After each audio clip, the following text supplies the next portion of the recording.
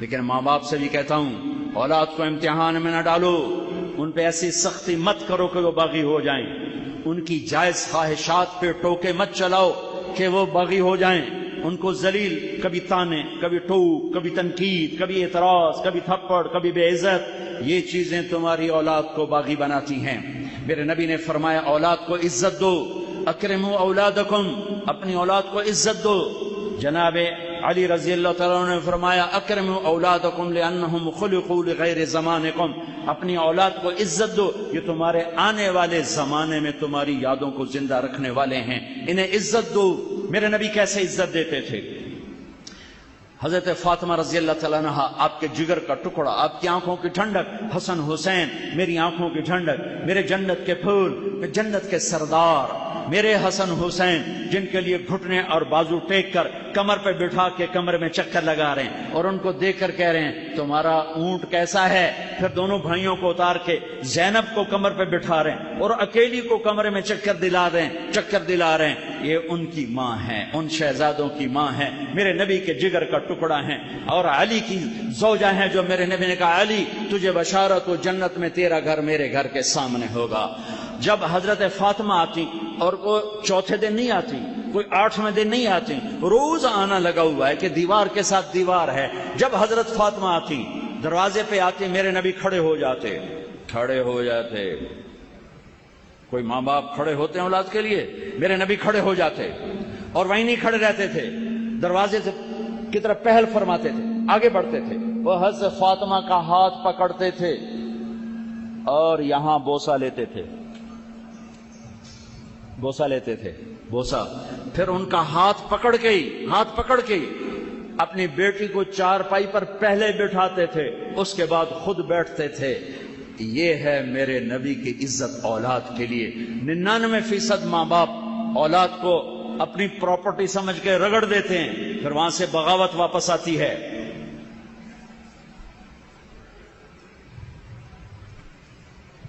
اپنے بچوں کی رعایت کرو، یہ تو پہلے 10 سال بچوں کو دے دو، پہلے 10 سال۔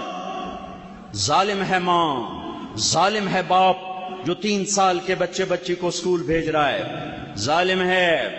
ہمارے تعلیمی ادارے کاروبار ہیں، کاروباری سینٹر ہیں، تعلیمی ادارے نہیں ہیں، حفیظ سینٹر ہے، اب شاپنگ مال ہے، لبرٹی کا مال ہے، مال روڈ کا مال ہے، دبئی کا مال ہے، ایک اسکول بھی مال ہے، ایک کالج بھی مال ہے۔ یہاں پڑھنے پڑھانے کا کوئی چکر نہیں، یہاں صرف پیسے کا چکر ہے۔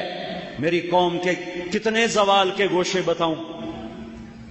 جس قوم کی تعلیم ہی کاروبار بن جائے اس قوم نے کیا سر اٹھا کے جینا ہے؟ جس قوم کا علم ہی پیسہ بن جائے اس قوم نے کیا سر اٹھا کے جینا ہے؟ وہ خیال نہ حکمرانوں کو خیال ہے کہ اپنے قوم کے علم کی کو کوشش، سڑکیں بناتے جا رہے ہیں۔ ارے بھائی کوئی علم بھی دیکھو، علم کی شمعیں تو بجھتی جا رہی ہیں، سڑکیں تو کھوتے ہیں ٹرنا۔ سڑکیں بنانا بھی ضرورت ہے، لیکن سب سے بڑی ضرورت اس قوم کی علم ہے۔ اقرأ بسم ربک الذی خلق، خلق الانسان من علق، اقرأ وربک الاکرم الذی علم بالقلم، علم الانسان ما لم یعلم۔ میرے نبی پر پہلا قرآن ہے پڑھ میرے محبوب، اور ایک ہوتا ہے اتلو، ایک ہوتا ہے اقرا۔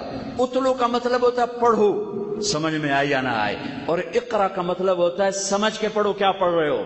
سمجھ کے پڑھنے کو قرات کہتے ہیں، اور بے سمجھے پڑھنے کو تلاوت کہتے ہیں۔ میرے اللہ نے کہا پڑھ میرے محبوب سمجھ کے۔ اس امت کی تو وہی علم کے ساتھ آئی، وہ سارا علم کاروبار۔ ہمارے نوجوانوں میں علم کا شوق نہیں ہے، ڈگری ملتے ہی نوکری بھی مل لے، گڈی بھی مل لے، موبائل بھی مل لے، تو 1,00,000 2,00,000 تنخواہ بھی مل لے، تو کم بھی نہ دستخط کر کے دکھا رہا جاؤں جو ہمارے دفتروں میں ہو رہا ہے۔ علم۔ جس قوم کے پاس علم نہیں وہ عزت کے ساتھ سر اٹھا کے زندہ نہیں رہ سکتے۔ چوپڑی روٹی کھانے کا نام عزت نہیں ہے، لینڈ کروزر پہ بیٹھنے کا نام عزت نہیں ہے۔ وہی قومیں سر اٹھا کے زندہ رہتی ہیں جن کی وراثت علم ان کا اپنا ہوتا ہے۔ یہ بھیک نہیں ہے جو تمہیں ملے گی، جان جوکھوں میں ڈالو گے تو اللہ تمہارے اوپر فیضان کرے گا۔ خیر بات دوسری طرف چلی گئی، 3 سال کے بچے کو اسکول بھیجنا ماں کا ظلم ہے، باپ کا ظلم ہے۔ یہ بچہ ماں کی گود چاہتا ہے۔ میرا نبی شفیق تو فرماتے ہیں کہ 7 سال سے پہلے نماز بھی نہ کہو، 7 سال سے پہلے نماز بھی نہ کہو، 7 سال کے بعد نماز کی بات کرو۔ تو 7 سال تک کیا کرو؟ گود دو، گود، ٹائم دو، گود دو، ٹائم دو، جو نہ ماں کے پاس ہے نہ جو باپ کے پاس۔ فیصلہ آباد میں ہمارے جاننے والے ہیں، وہ میاں بیوی دونوں ٹیچر ہیں، تو وہ بیگم پیپر چیک کر رہی تھی تو رونے لگی۔ تو میاں نے پوچھا، نہ میاں کچھ اور ہے، بیوی ٹیچر ہے، کیوں رو رہی ہو؟ تو نے پیپر نکال کے آگے کر دیا۔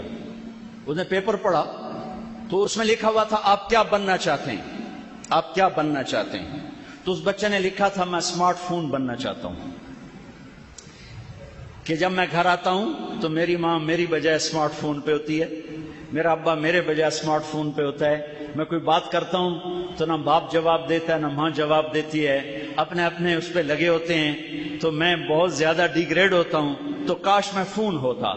تو اس نے کہا تو رو کیوں رہی ہو؟ کہ یہ تیرے بیٹے کا پیپر ہے، یہ تیرے میرے بیٹے کا پیپر ہے جس نے یہ لکھا ہے کہ میں فون بننا چاہتا ہوں۔ یہ آج ہر ماں کا ظلم ہے، ہر باپ کا ظلم ہے۔